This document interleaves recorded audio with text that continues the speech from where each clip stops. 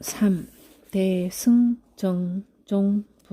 대승의 바른 가르침. 중생계가 공하면 불과가 자연히 멀지 아니하리니 무엇이 제도하기 어려우며 무엇이 이루기 어려우리요. 육근이 텅 비고 심식이 공하면 자연 대돌 맞듯 맷돌 맞듯 하리다.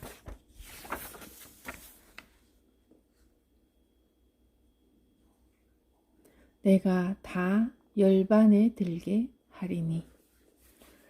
중생은 자기 뜻대로 일이 되지 않으면 괴로워합니다. 남편이 돈을 못 벌어서, 자식이 공부를 못해서, 부모가 이혼을 해서, 친구가 배신을 해서 등등 갖가지 이유를 대며 괴로워합니다. 이는 세상이 내가 원하는 대로 이루어져야 하는데 그렇지 않아서 괴롭다는 뜻이죠. 내가 괴로운 이유가 하나같이 다 다른 사람 때문이라는 것입니다. 이게 사람의 마음입니다. 그러니 자연이 나보다 힘이 센 존재, 내 힘으로는 어찌할 수 없는 일을 단번에 해결해 줄 수 있는 존재, 즉 신이라는 존재에 매달려 제 뜻을 이루게 해달라고 비는 것입니다. 이처럼 답답한 우리 삶의 문제를 어떻게 하면 해결할 수 있겠습니까? 하고 수보리가 묻습니다. 그러자 부처님은 이렇게 대답하십니다. 내가 모든 중생을 다 제도하겠다는 마음을 내라. 악의 영입 무여열반 이멸도지에서의 아는 발보리 심한 보살입니다.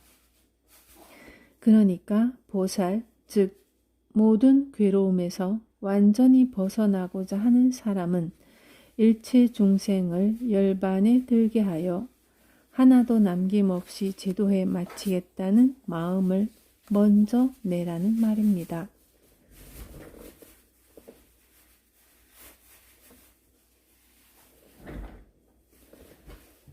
열반이란 모든 번뇌가 사라지고 일체의 속박에서 벗어난 상태를 말합니다.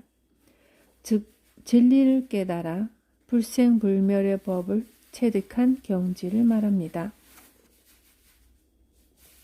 불교의 최고 이상으로 니르바나, 닛바나 혹은 멸도라고 번역합니다. 그런데 열반을 다시 유여열반과 무여열반으로 나눕니다. 깨달음을 얻어 일체의 번뇌는 끊었으나 과거의 업보로 받은 이 몸이 멸하지 않는 한 이런저런 과보를 받고 있는 상태를 유여열반이라 하고 모든 번뇌를 끊고 분별을 떠났을 뿐 아니라 완전한 고요적정에 든 경지를 무여열반이라 합니다. 그런데 지금까지 내 마음 하나 제대로 간수하지 못해 고통에 몸부림치다가 이제야 겨우 내 인생의 주인이 되어보려고 보리심을 일으켰는데 그런 사람에게 부처님은 베푸는 마음을 내라, 주는 마음을 내라.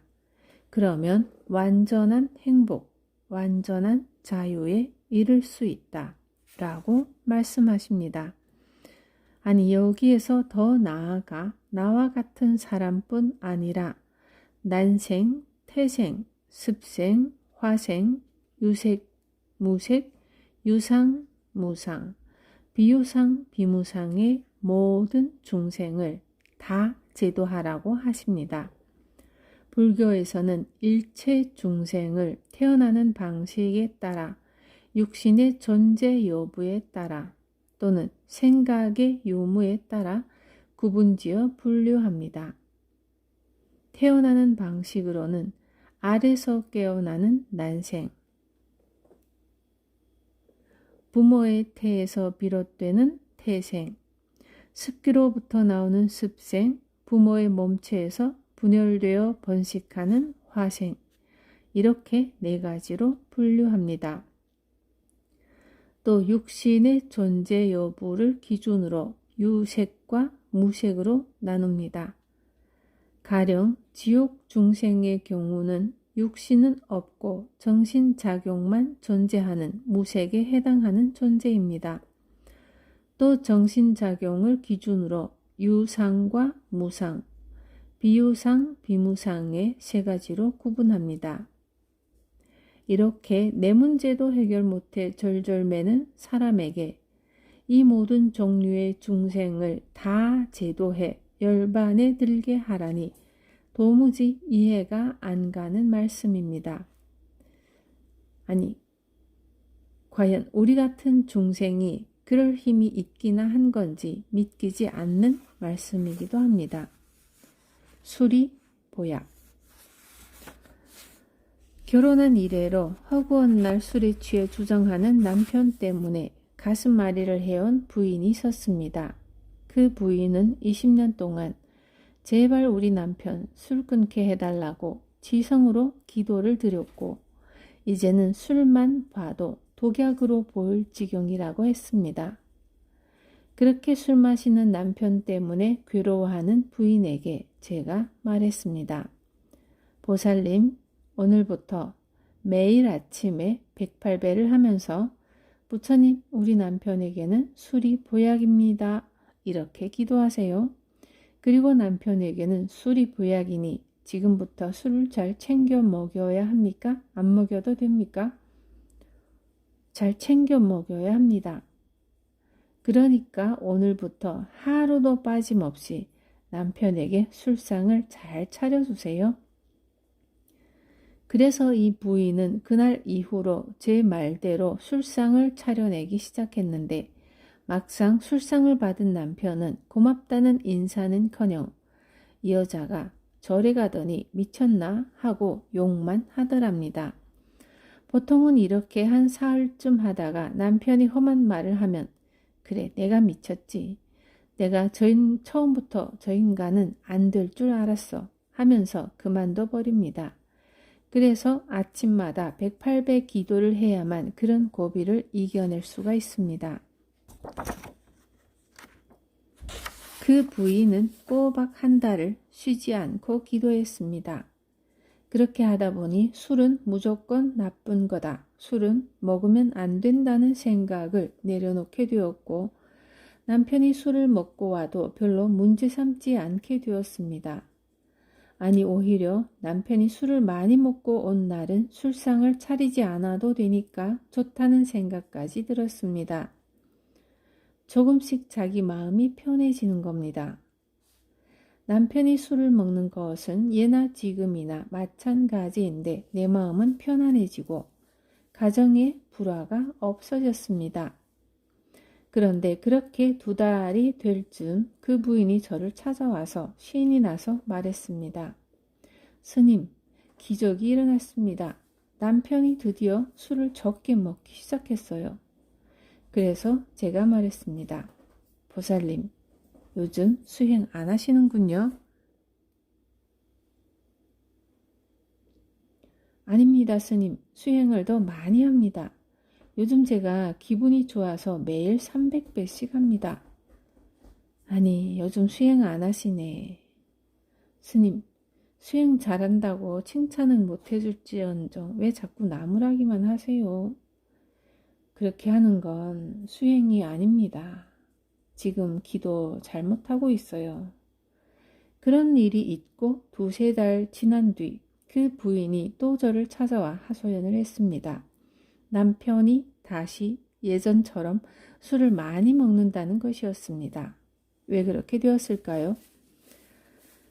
남편이 술을 많이 먹는다고 괴로워하고 술을 적게 먹는다고 좋아한다는 것은 아직도 내 마음이 술 먹는 남편에게 꺼들리고 있다는 것입니다. 남편이 술을 적게 먹는 것을 보고 좋아하는 것은 아직도 내가 남편이 술을 마시지 말기를 원하고 있다는 것입니다. 그래서 내가 기도를 더 많이 하면 남편이 더 빨리 술을 끊을 것이라는 기대로 매일 300배씩 절을 했지만 막상 남편이 내가 원하는 만큼 바뀌지 않으니 짜증이 났겠죠. 그 짜증을 남편에게 풀어댔을 테니 남편은 스트레스 때문에 전보다 더 술을 마시게 되는 것입니다. 나의 괴로움이 남편이 술을 먹지 말아야 한다는 자기 생각에 집착한 것에서 비롯되었다는 사실을 아는 게 문제 해결의 핵심입니다. 남편이 술을 먹지 말아야 한다는 그 마음만 놓아버리면 남편이 술을 더 먹는다고 해서 실망할 것도 없고 덜 먹는다고 해서 좋아할 것도 없습니다. 처음 기도하면서 마음이 편해졌던 것은 남편이 술을 덜 먹어서가 아니라 남편이 술을 마시면 안 된다는 내 생각을 내려놓았기 때문입니다.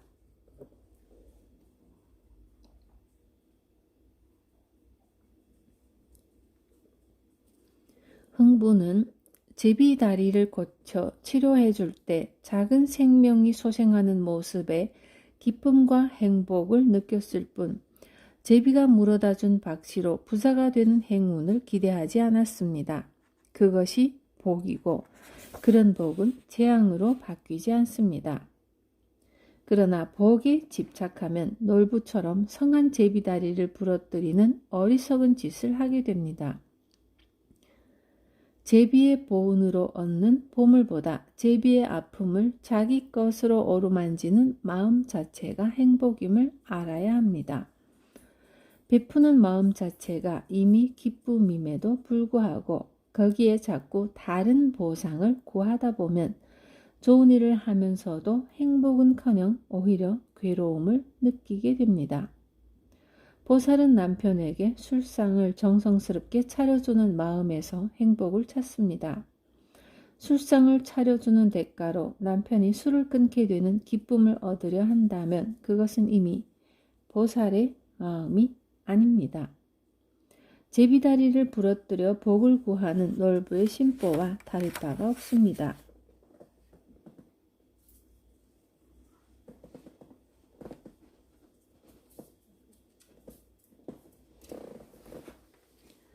술이 보약이라는 말은 남편을 나한테 맞춰 바꾸려 하지 말고 남편 입장에서 그를 대하라는 뜻이었습니다. 그런 마음이 술상을 차려주는 일로 표현되는 것이고 그렇게 상대의 입장에서 상대가 행복하고 기뻐할 수 있도록 하는 것이 일체 중생을 제도하는 것입니다. 그리고 그렇게 기도한 공덕은 내 마음을 바꿈으로써 이미 다 받았습니다.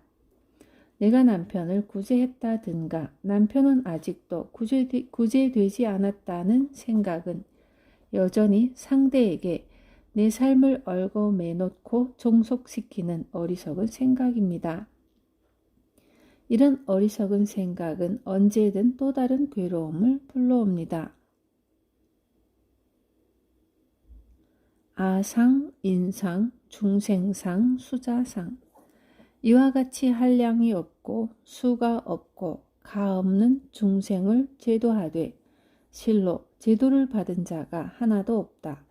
왜냐하면 수보리여 만일 보살이 아상, 인상, 중생상, 수자상이 있다면 그는 보살이 아니기 때문이다.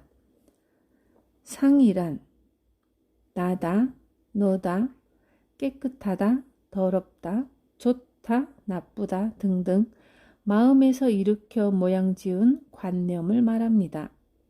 생각으로 지었지만 마치 실제 하는 것처럼 모양을 만들었기 때문입니다. 더러움과 깨끗함, 선과 악 등의 구별은 다 한 생각 일으켜 모양을 지은 것입니다. 흔히 뱀을 보고 징그럽다 하고 돼지를 보고 더럽다고 하지만 실제로 뱀이나 돼지가 그런 성질을 가진 건 아닙니다. 내가 한 생각을 일으켜 그런 식으로 고정관념을 만들어 놓고 마치 그 존재가 정말 그런 것인 양 착각하는 것입니다. 그래서 이와 같이 한량이 없고 수가 없고 가 없는 중생을 제도하더라도 내가 중생을 제도했다는 생각을 하면 이미 나라고 하는 상, 너라고 하는 상, 제도하는 자가 있다는 상, 제도를 받을 대상이 있다는 상, 제도를 해야 한다는 상을 만들었다는 뜻입니다. 이런 상이 있는 한 보살이라고 말할 수 없습니다. 상이 허망한 줄 알고 상을 열 줄 알아야 보살입니다. 아상은 남과 구분된 나라는 존재를 고집하고 모든 것을 내 중심으로 생각한 것을 말합니다. 그러므로 친구는 말할 것 없고 부부나 부모 자식조차 같은 것을 보고 들으면서 저마다 다른 생각을 합니다. 사람들은 누구나 다 자기를 중심으로 생각하고 판단하기 때문입니다. 이 아상으로부터 다시 두 가지 망상이 일어납니다. 내 것이라는 소유의식과 내 생각이 옳다는 고집, 아집입니다. 내 것이라는 소유의식은 탐욕을 불러일으키고 내 생각이 옳다는 고집은 분노를 일으킵니다. 남편이 술을 마셔서 괴롭다던 부인은 술은 나쁜 것이라는 자기 견해를 고집하고 있습니다. 그런 부인에게 술이 보약이라고 생각을 바꾸라고 한 것은 내 생각이 옳다는 고집을 버리게 하기 위해서입니다. 내 고집을 버려야 상대를 바로 볼 수 있습니다. 아상에 빠진 사람은 수천 수만의 그물코 가운데 오직 한 코만을 잘라 이것이 그물이다 라고 외치는 것과 같습니다. 한 그물코만 가지고는 그물이 될 수 없듯이 아상에 빠져 있으면 실체의 이치를 알지 못하고 늘 실상과 동떨어진 세계관에 빠져 살게 됩니다.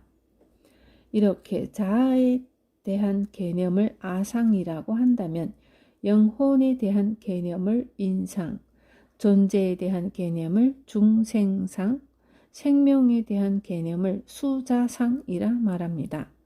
다른 한편으로는 상의 범위를 구분짓는 경계에 따라서 나와 너를 구별하는 아상, 인간과 비인간을 구별하는 인상, 생명과 무생명을 구별하는 중생상, 존재와 비존재를 구별하는 수자상으로 분류하기도 합니다. 그러나 그것을 무엇이라 부르든 다른 것과 구별되고 변하지 않는 어떤 존재를 상정한다면 그것은 모두 상이 됩니다. 실제 세계에는 다른 것과 구별되며 변하지 않는 그 어떤 존재도 실제하지 않습니다. 어떤 식으로 구별하든 그것은 다 생각이 만들어낸 하나의 상일 뿐입니다. 도가 머리털에 있느냐? 옛날 한 스님이 도를 이루어 좋은 법문을 설하니 많은 사람이 그를 존경하고 따르게 되었습니다. 하지만 그 스님은 사람들이 자신을 큰 스님으로 추앙하며 몰려들자 어느 날 아무도 몰래 대중 곁을 훌쩍 떠났습니다. 스님이 갑자기 사라져 버리자 스님을 따르던 제자들이 전국 방방곡곡으로 스승을 찾아다녔지만 그 어디에서도 찾을 수가 없었습니다. 그렇게 오랜 시간이 흐른 어느 날 제자 한 명이 배를 타고 강을 건너다 노를 젓고 있는 뱃사공이 바로 그렇게나 찾아 헤매던 스승임을 알아차렸습니다. 제자는 깜짝 놀라서 그 자리에 엎드려 절을 하고는 물었습니다. 스승님, 이게 웬일입니까? 아니, 머리는 왜 기르셨습니까? 그러자 스승이 호통을 쳤습니다. 이놈아, 도가 머리털에 있느냐? 스승은 상에 집착하고 있는 제자를 깨우친 것입니다. 어떤 상이든 상을 가진 채로는 실상을 볼 수 없고 실상을 보지 못하면 보살이 아닙니다. 예를 들면 어느 날 금강경을 읽고 모든 법이 공하여 실체가 없다는 것을 알고는 아, 이게 진짜 불법이구나. 이런 좋은 법이 있었구나 하고 깨치게 되었다고 합시다. 문제는 그렇게 불법을 만나고도 또다시 법이라는 상을 짓기가 십상이라는 겁니다. 이것이 정법이라는 상에 빠지면 절에 다니며 복이나 비는 건 불법이 아니다. 교회에 다니는 건 어리석은 일이다. 이렇게 분별심을 일으켜 이번에는 정법이라는 이름으로 참과 거짓으로 남과 다투게 됩니다. 심지어 무언가를 주장하거나 고집하는 사람을 만나면 저 사람은 지금 상에 집착하고 있다. 부처님께서 상을 내려놓으라고 하셨는데 왜 상에 집착하는 거야? 하며 상을 없애야 한다는 상에 빠져 상대와 다투기도 합니다.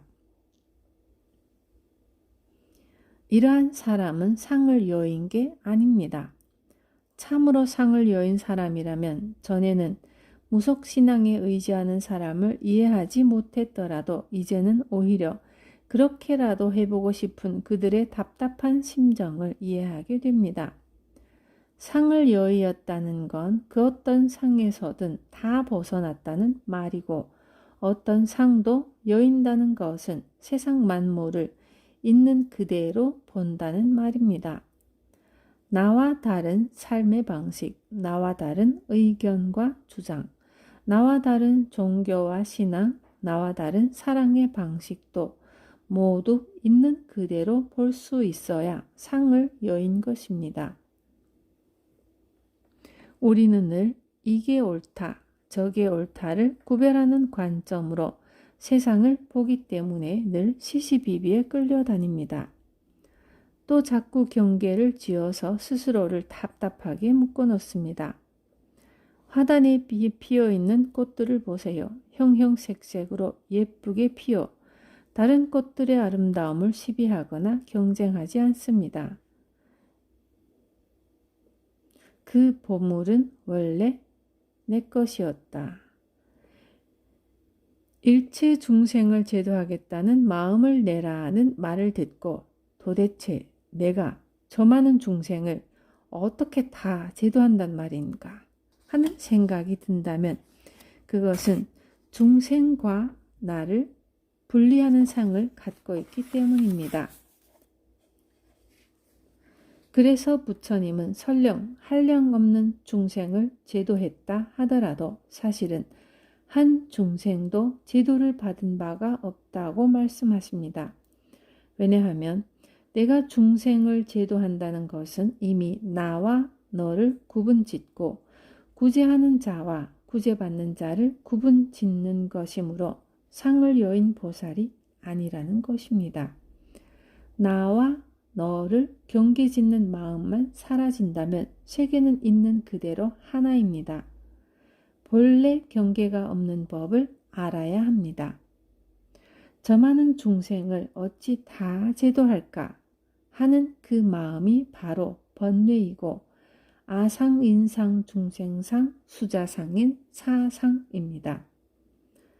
깨달음과 깨닫지 못함을 구분하지 않고 제도한 것과 제도하지 않은 것을 구분하지 않으면 제도를 받은 중생은 본래부터 없습니다.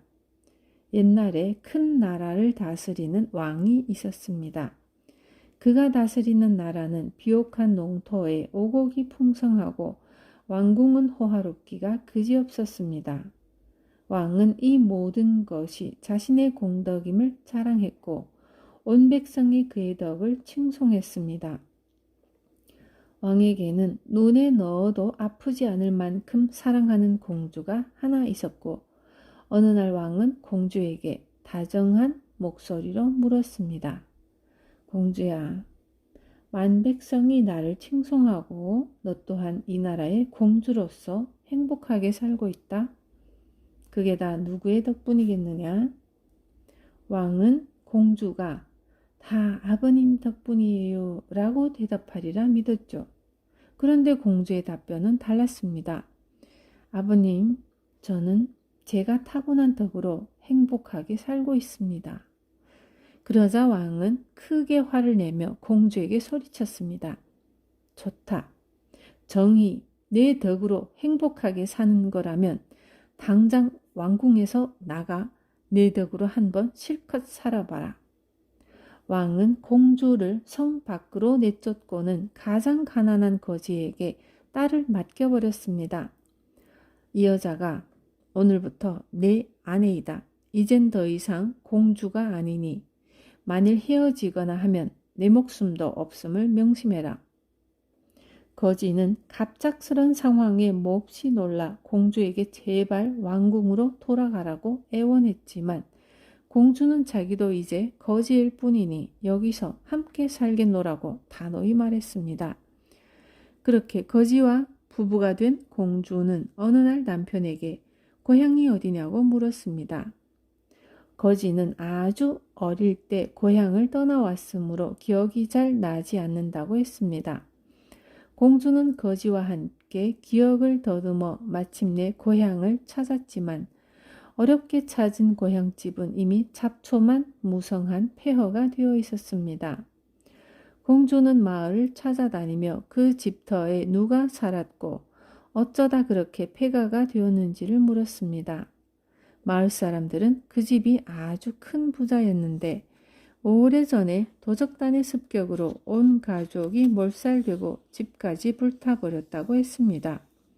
그리고 그 집에 나이 어린 아들이 하나 있었는데 그 아들만 간신히 살아남아 어딘가로 피신한 뒤로 소식이 끊겼다고 했습니다.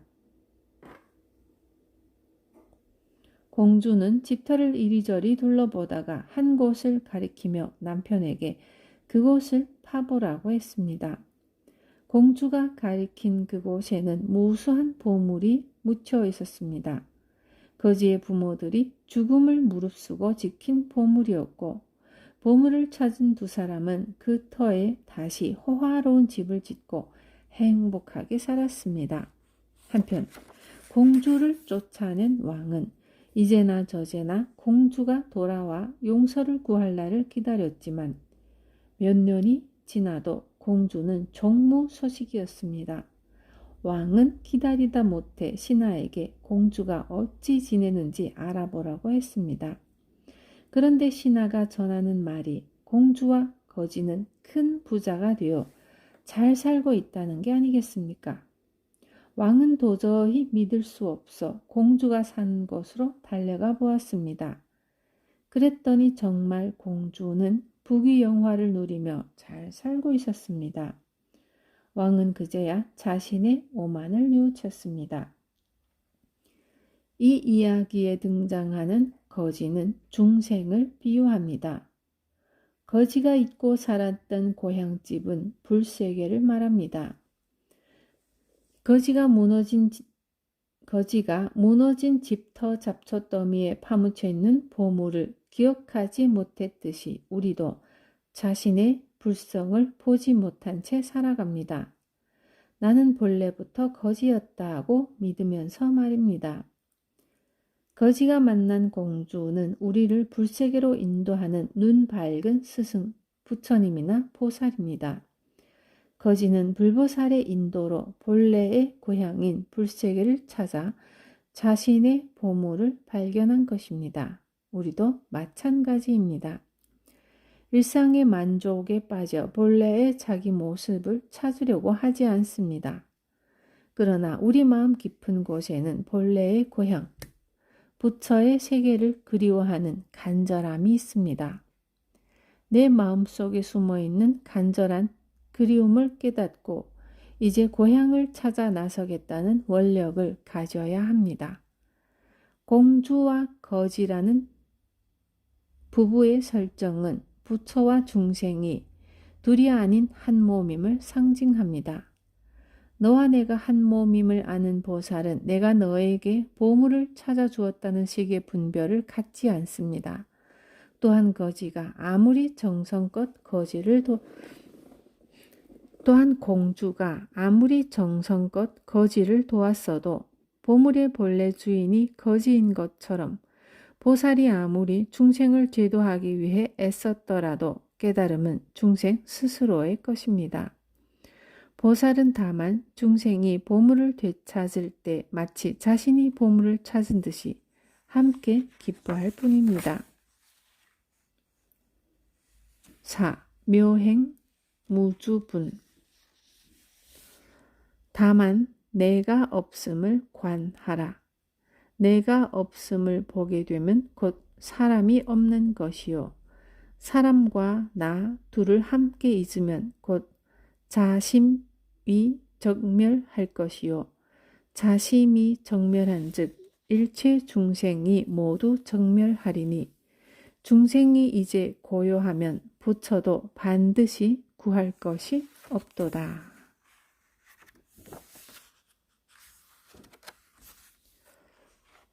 원래 당신 것이니 도로 가져가시오.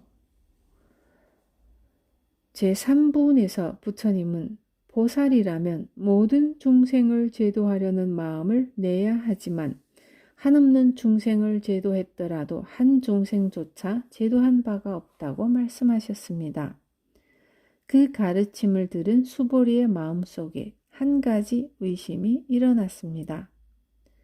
보살이 무량한 희생과 봉사를 하였으나 한 중생도 제도된 바가 없으며 애초에 제도받을 중생이 존재하지도 않는다면 과연 베푸는 이는 누구이고 베품을 받는 이는 누구란 말인가?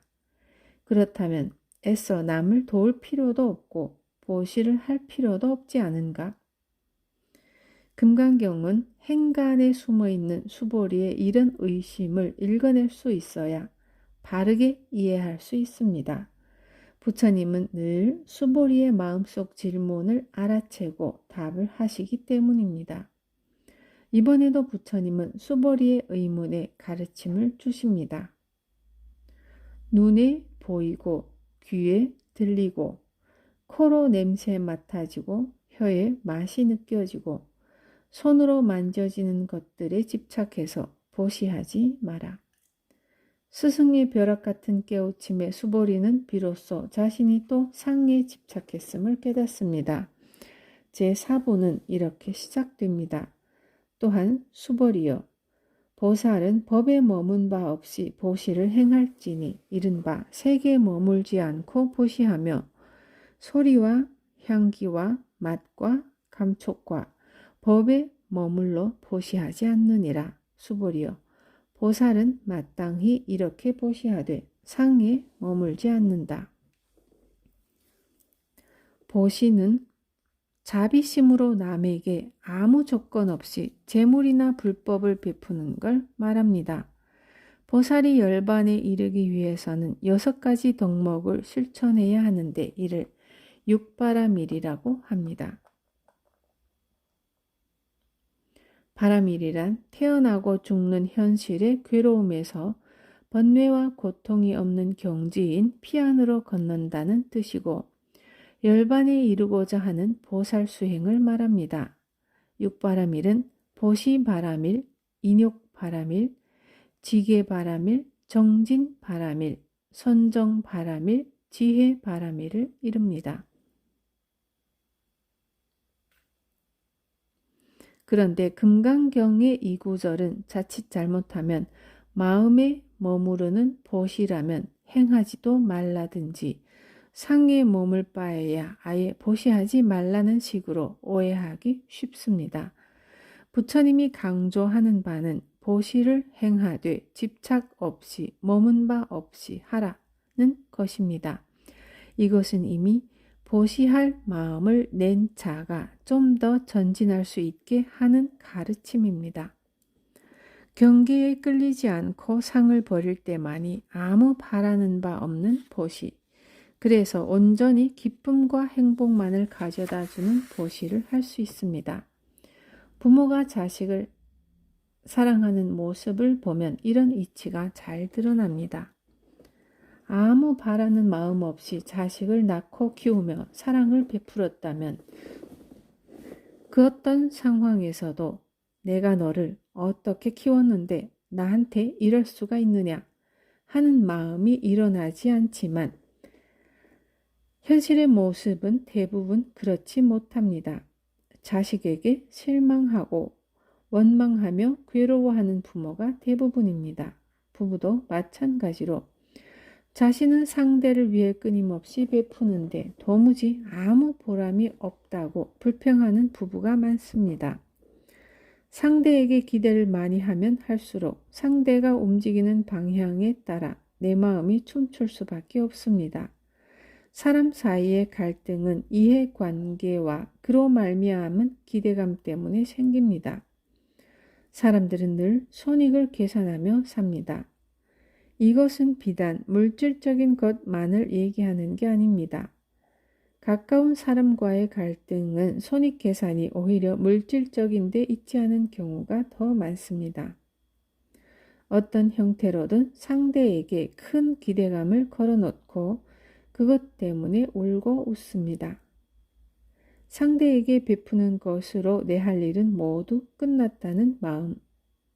베풀었다는 생각마저 없이 행하는 보시는 내가 행복해지는 길이며 번뇌를 소멸하는 길입니다. 그런데 사람들은 늘 자기는 실컷 고생만 했지 그에 비해 얻는 것은 변변찮다고 억울해합니다. 왜 그럴까요? 이는 수고한 만큼 아니 그 이상의 대가를 받고자 하는 기대감 때문입니다. 이런저런 기대를 가지고 베푸니 보기와도 만족스럽지 않고 자기가 기대했던 만큼 충족되지 않으니 공든탑이 무너지는 듯한 절망에 빠지는 것입니다. 흥부는 제비다리 하나 고쳐주고 큰 복을 받은 사람입니다. 얼핏 보면 노력은 적게 하고 큰 소득을 얻은 것처럼 보입니다. 그러나 이 이야기의 본질은 그게 아닙니다. 비록 작은 행위일지라도 바라는 마음 없이 베푸는 것이야말로 참으로 소중하다는 것을 일깨워주는 이야기입니다. 물론 현실에서는 보시의 결과가 현상적인 복으로 오지 않는 경우가 많습니다. 그러나 기대하는 마음이 없다면 대가가 어떻든 서운해하거나 억울해할 일이 없습니다. 속상할 일이 없으니 그것이야말로 가장 큰 복이 아니겠습니까? 기대하는 마음 없이 베풀면 금강석처럼 변하지 않는 큰 복이 옵니다. 이것이 상에 머무르지 않는 무주상 보시의 원리입니다. 사람들은 빚을 갚을 때 돈을 빌려주었던 사람에게 그동안 고마웠다고 감사 인사를 합니다. 바로 이것입니다. 이렇게 빚을 갚는 사람과 같은 자세가 바로 무주상 보시의 마음입니다. 마치 빚 갚는 마음으로 원래 당신 것이니 도로 가져가시오 하는 마음으로 베풀 때 양보했다는 상을 버리고 양보할 때 비로소 상대도 행복하고 나도 행복해집니다. 상을 버린 보시는 베품을 받는 상대가 아니라 베품을 행하는 나에게 기쁨과 행복을 선물합니다. 내 기쁨을 위해 베풀고 있음을 자각하고 내 베품을 받아주는 사람에게 감사한 마음으로 보시해야 합니다. 흔들리지 않는 행복. 조계종 종정을 지낸 서암 큰 스님이 젊은 날 수행할 때의 이야기입니다. 어느 날 스님이 거지 움막에 들어가 바루를 내려놓고 옥탁을 치니 움막에 있던 이들이 쭈뼛대며 난감해했습니다. 아무리 남에게 얻어먹고 사는 거지라도 수행승이 와서 탁발을 하니 무엇이든 내주고 싶기는 한데 막상 시주하기에 마땅한 음식이 없었기 때문입니다. 우리는 아무것도 줄 게 없어요. 지금 먹고 있는 밥을 좀 주시면 됩니다. 아니, 이걸 드실 수 있겠어요? 네. 그럼 드리죠. 스님이 음식을 받아 먹으니 그 자리에 있던 사람들이 그렇게 좋아할 수가 없더랍니다. 그들은 동량 음식을 꺼리낌 없이 받아 먹는 스님이 고마워서 밥을 내주면서도 조금도 아까운 줄을 몰랐습니다.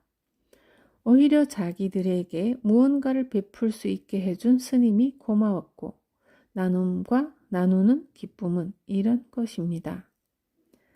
남에게 도움받는 일을 기뻐하는 사람은 행복할 수 없습니다. 내가 형편이 어려운 걸 알고 친구가 매달 100만 원씩 도와준다면 과연 내 마음은 그저 좋기만 할까요? 돈을 받으려고 친구를 만날 때마다 내 기분이 어떨까요? 그 친구 앞에서는 왠지 주눅이 들어 당당하지 못하고 친구 기분이 상하지 않도록 조심하기 마련입니다. 그의 부탁이라면 그것이 내 능력에 붙이거나 올바르지 못한 일이어도 거절하기가 어렵습니다. 남의 도움을 받는 사람은 그만큼 종속된 삶을 살게 됩니다. 그래서 시간이 흘러 살만해지면 어려운 시절에 도움을 받았던 사람을 만나기 싫어하는 경우가 많습니다. 또 남에게 도움을 받으려면 그들이 보기에 내 모습이 불쌍해야 합니다. 그러니 도움받는 것을 기쁨으로 삼는 사람은 자기 존재를 불쌍하게 만드는 사람입니다. 이것은 물질적 보시에만 적용되는 얘기가 아닙니다. 베푸는 마음을 내는 것이 행복으로 가는 길입니다.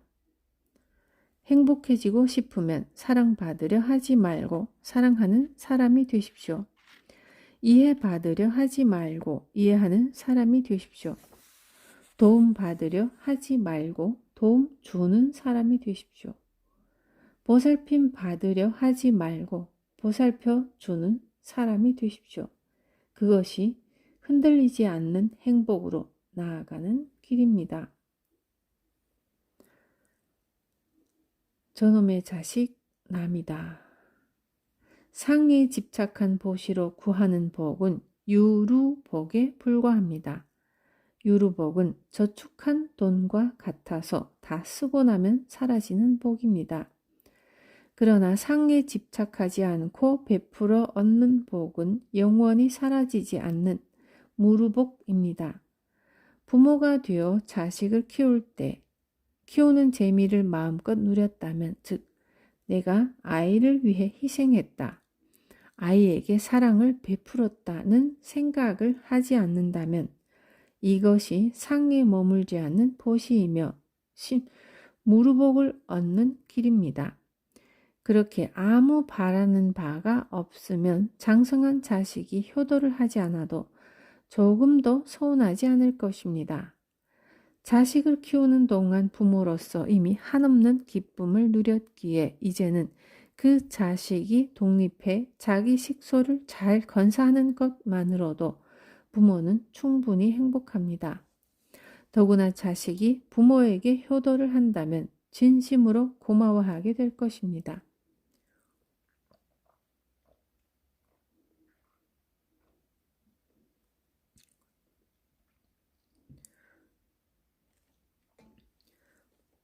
무주상 보시는 자신이 베풀었다는 상이 남지 않습니다. 만약 내가 베푼 보시에 대한 보답이 생기면 그것으로 다시 새로운 보살행을 하면 되고, 또 아무런 보답이 없어도 상처나 아쉬움 없이 그것으로 그만입니다. 오래전의 일입니다. 미국 뉴욕의 원각사란 절에 기도보살로 소문난 할머니 한 분이 있었습니다. 할머니는 매일 아침 9시면 절에 나와 금강경을 10번 읽고 점심 공양이 끝나면 절을 천배했습니다. 집안도 넉넉했고 큰아들은 의사이고 작은 아들은 교수라서 미국에서도 중류층 이상에 속했습니다. 그런데 어느 날 점심 공양을 끝내고 할머니가 살아오신 사연을 듣게 되었습니다. 18살에 결혼해서 큰아이를 낳고 작은 아이를 가졌을 즈음에 6.25 전쟁이 터졌습니다. 남편은 군에 입대했고 몇 달이 되지 않아 전사했다는 소식을 들었습니다. 어떻게 살아야 할지 앞이 캄캄했죠. 전쟁통에 남편은 죽고 배부른 몸으로 어린아이를 들쳐업고 피난하는 심정을 누가 상상이나 할 수 있겠습니까? 그때 불현듯 처녀 시절에 친정어머니를 따라 다녀보았던 절이 생각나서 무조건 부처님께 의지하고 매달려야겠다는 마음이 들었습니다. 그리고 죽기 살기로 손에 잡히는 일감이면 무엇이든 놓치지 않고 해냈습니다.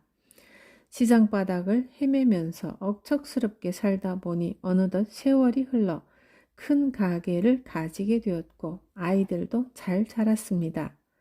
두 아들은 공부를 잘해 국비장학생으로 미국 유학을 떠났습니다. 미국으로 건너간 두 아들은 거기서 결혼하고 기반을 잡게 되자 어머니를 모셔가려 했습니다. 할머니도 이제는 허리 펴고 살아보자는 마음이 들어 가게와 집을 정리하고 비행기를 탔습니다. 그런데 막상 미국 땅에 와보니 내가 사람이 아니라 나무 토막같이 여겨졌습니다. 말도 통하지 않고 길도 모르고 사람 사는 풍속까지 하나같이 눈에 거슬려서 답답하고 견디기가 어려웠죠. 마음 통하는 사람도 없고 자식들이 출근하고 나면 텅 빈 집안에 혼자 남아있으면 감옥이 따로 없었습니다. 그렇게 집에만 갇혀 지내다 보니 자연히 인생의 허망함을 곱씹게 되었죠. 미국에 가기만 하면 행복이 쏟아지리라 믿었는데 행복은커녕 괴로움만 늘어났습니다. 그런 날들이 이어지다 보니 자연히 미국에 온 것이 후회가 되고 아들들에게 서운한 마음이 생기고 그 서운함은 점점 미움과 원망으로 발전했지만 자식들은 어머니의 역정을 괜한 것이라고만 여겼습니다. 어머니의 평생 소원이 허리 펴고 쉬는 것이었고 이제 아무 걱정 없이 마음껏 쉴 수 있는데 왜 자꾸 이러시는 걸까? 이제 마음 편히 살 수 있는데 뭐가 불만이신 걸까 싶었던 거죠. 할머니는 급기야 자식들 얼굴만 봐도 저놈들이 어떻게 나한테 이럴 수가 하는 분노가 치밀어 올랐습니다. 마음을 달래려 아무리 연부를 해도 날이 갈수록 끓어오르는 화를 참을 수가 없었습니다. 그대로는 도저히 못 살겠다는 생각이 들었던 거죠. 할머니는 아들들에게 한국을 떠나올 때 가져왔던 돈을 돌려달라고 했습니다. 한국으로 돌아가 다시 장사를 하면서 살겠노라고 말이죠. 아들들은 일가 친척 하나 없는 그곳에 가서 왜 고생을 하느냐고 펄쩍 뛰었습니다. 할머니는 자식들이 돈을 주지 않자 내 집 팔아 마련한 내 돈을 자식들이 돌려주지 않으려 한다는 생각에 더욱 화가 났고 자식들 입장에서는 연로한 어머니가 노망 드신 게 아닐까 근심하는 지경에 이르렀으며 할머니는 누구라도 좋으니 자기를 한국에 데려가 주기만을 바랐습니다. 그러면서 할머니는 이렇게 절에 나와 하루 종일 기도를 하는 것으로 지금껏 하루하루를 버텨왔다며 제 손을 붙들고 한국에 좀 데려다 달라고 오는 것이었습니다. 할머니의 이야기를 다 듣고 난 뒤 제가 말했습니다. 보살님, 자업자득이란 말 아시죠? 지금 보살님이 바로 그렇습니다. 위로는커녕 지옥과 같은 지금 상황을 자업자득이라고 하니 할머니는 내가 무엇을 잘못했다고 자업자득이라고 하느냐며 대성통곡을 했습니다. 저는 울음이 그치기를 기다려 다시 말했습니다.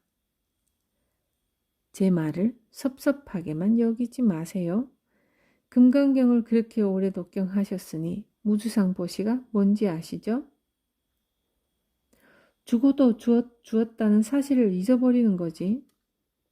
사실 이 할머니뿐 아니라 많은 불자들이 무주상보시를 그렇게 생각하지만 무주상보시는 보시했다는 기억을 하고 안 하고의 문제가 아닙니다. 보시의 대가를 기대하지 않는 것을 말합니다.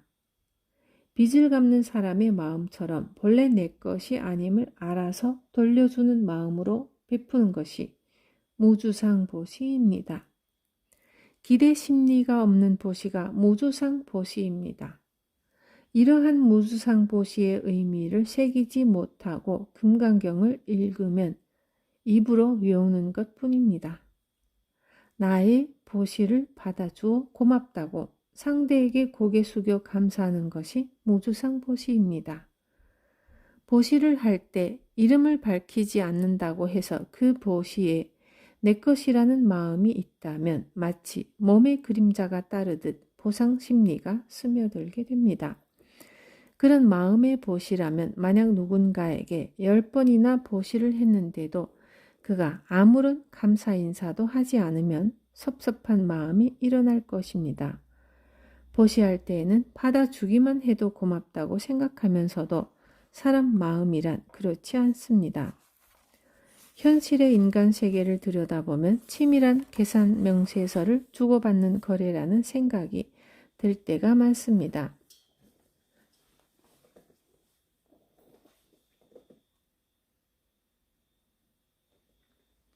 사랑이란 이름 아래 주고받으며 끊임없이 손익계산을 하며 살아가죠.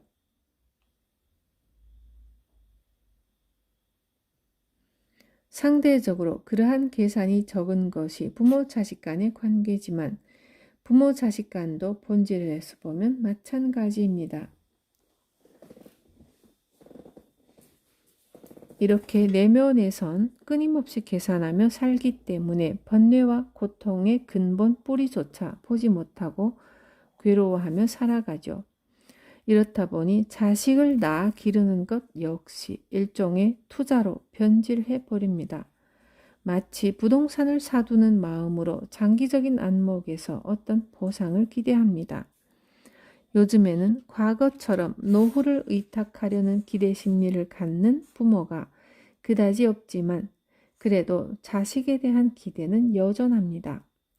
그렇기 때문에 조금만 내 기대에 못 미치면 내가 너를 키우느라 얼마나 고생했는데 라는 말이 불쑥불쑥 튀어나오는 것이죠. 보살님이 정말 무주상 보시를 했다면 자식에게 아무런 서운함이 없어야 합니다. 아들에게 서운하다는 건 보상을 바라고 했다는 것이죠. 그렇다면 그것은 투자와 같습니다. 결국 보살님이 투자를 잘못한 셈이니까 지금 상황은 모두 보살님 책임이에요. 누구도 원망할 필요가 없습니다. 할머니는 대가를 바라고 자식을 키우지는 않았다고 항변했습니다. 물론 겉보기에는 그랬을 것입니다. 자식 키우는 즐거움에 묻혀 그런 마음의 뿌리가 드러나지 않았을 테니까요. 그러나 이런 상황이 되면 마음 깊은 곳에 감춰져 있던 집착의 뿌리가 드러납니다. 참으로 무주상 보시를 했다면 어떠한 경우에도 미운 마음이 일어나지 않습니다. 그러자 할머니는 다시 말했습니다. 나는 기대하지 않고 키웠다 쳐도 자식은 자식으로서 자기 할 도리가 있지 않소? 그런데 이놈들이 자기 도리를 하지 않는데 그건 괜찮소? 저는 이쯤에서 단호한 어조로 말했습니다. 보살님은 앞으로 절에 다니지 마십시오.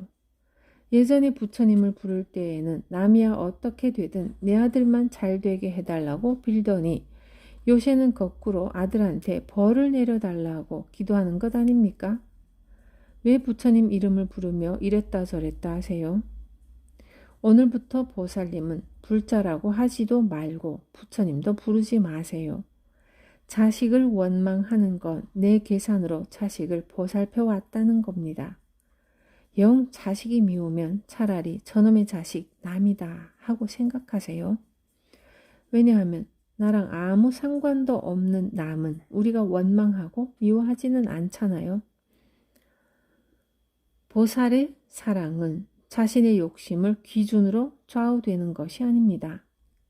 언제나 한결같고 상대가 내게 어떻게 하느냐가 아무 문제가 되지 않습니다. 그러니 베품에 있어 눈치를 볼 일도 없습니다. 사랑하는 것만으로, 주는 것만으로 보살은 이미 충분한 기쁨을 누리고 행복합니다.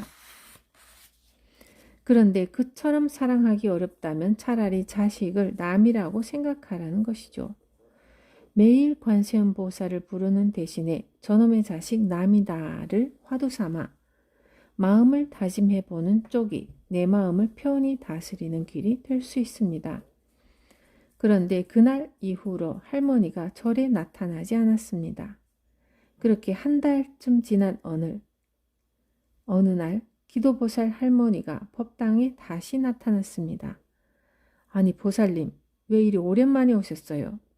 그동안 부처님 못 뵙고 어찌 사셨어요? 할머니 얼굴에는 미소가 가득 피어 있었습니다. 뭐 부처님이 법당에만 계시나? 한 달 못 본 사이에 돋튼 말씀을 하시네요. 그렇소, 나 그새 도가 트였다오. 할머니는 이전과는 전혀 다른 모습이었습니다. 저와 얘기하고 돌아간 그날 저녁은 가슴이 터질 것만 같았다고 합니다. 분함과 억울함으로 미칠 것만 같았고 불자도 아니라는 소리까지 들었으니 야속함이 이루 말할 수가 없었습니다. 길 가는 사람한테 물어봐라, 내가 뭘 잘못했나 하는 생각이 솟구쳐 올라 분을 사귈 수가 없었습니다. 그렇게 온갖 번뇌로 밤을 새니 다음날 아침에는 몸이 아파 절에 나올 수가 없었습니다. 그런데 하루를 빠지고 나니 웬일인지 정말로 절에 나가는 게 부끄럽게 느껴졌다고 합니다. 그나마 탈출구였던 절마저도 갈 수 없게 되자 하루하루가 지옥이었답니다. 날이 갈수록 분노는 더 커져만 가고 이대로 살다가는 정말 죽을 것만 같아서 할머니는 저도 모르게 저놈의 자식 남이다 하고 연불처럼 중얼거리게 되었습니다. 속이 타서 죽을 것 같은 심정이 되자 지푸라기라도 잡듯 관세음보살 대신 저놈의 자식 남이다를 연불로 삼게 되었던 겁니다. 그러던 그날도 퇴근하고 집으로 들어서는 아들을 보는 순간 혈압이 치솟아 자기도 모르게 눈을 꼭 감고 저놈의 자식 남이다. 저놈의 자식 남이다를 되뇌었다고 합니다. 그리고 잠시 후 눈을 떴을 때 눈앞에 정말 생전 처음 보는 낯선 사람이 서 있더랍니다. 그 순간 눈물이 솟구쳤습니다. 그토록 집착하던 아들이 완전히 남으로 보이기 시작하자 원망과 미움이 씻은 듯이 사라졌습니다. 그러자 나를 먹여주고 입혀주며 용돈까지 주는 사람에게 고마운 마음이 밀려왔습니다. 세상 어느 누가 길 가는 낯선 이에게 이토록 고맙게 해줄 수 있을까 싶었습니다. 아들이 남으로 다가온 순간 집착이 사라지고 그 자리에는 고맙습니다 하는 마음이 자리 잡았습니다. 그때부터 할머니는 다른 사람이 되었습니다.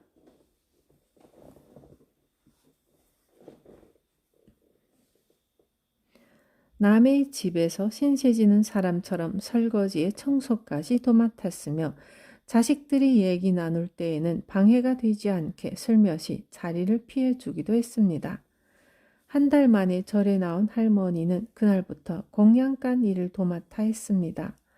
젊은 시절 소원이 자식들 다 크고 나면 절에서 공양주를 하는 것이었다고 하니 자식 덕분에 이제야 소원을 이룬 셈입니다.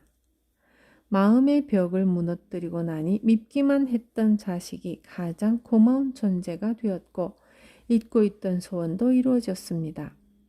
할머니는 이제 누가 봐도 진정한 보살, 참으로 걸림없는 이가 되었습니다. 깜깜하던 보살님의 업장이 녹아내린 것은 오직 이분의 간절한 연불 탓이었습니다.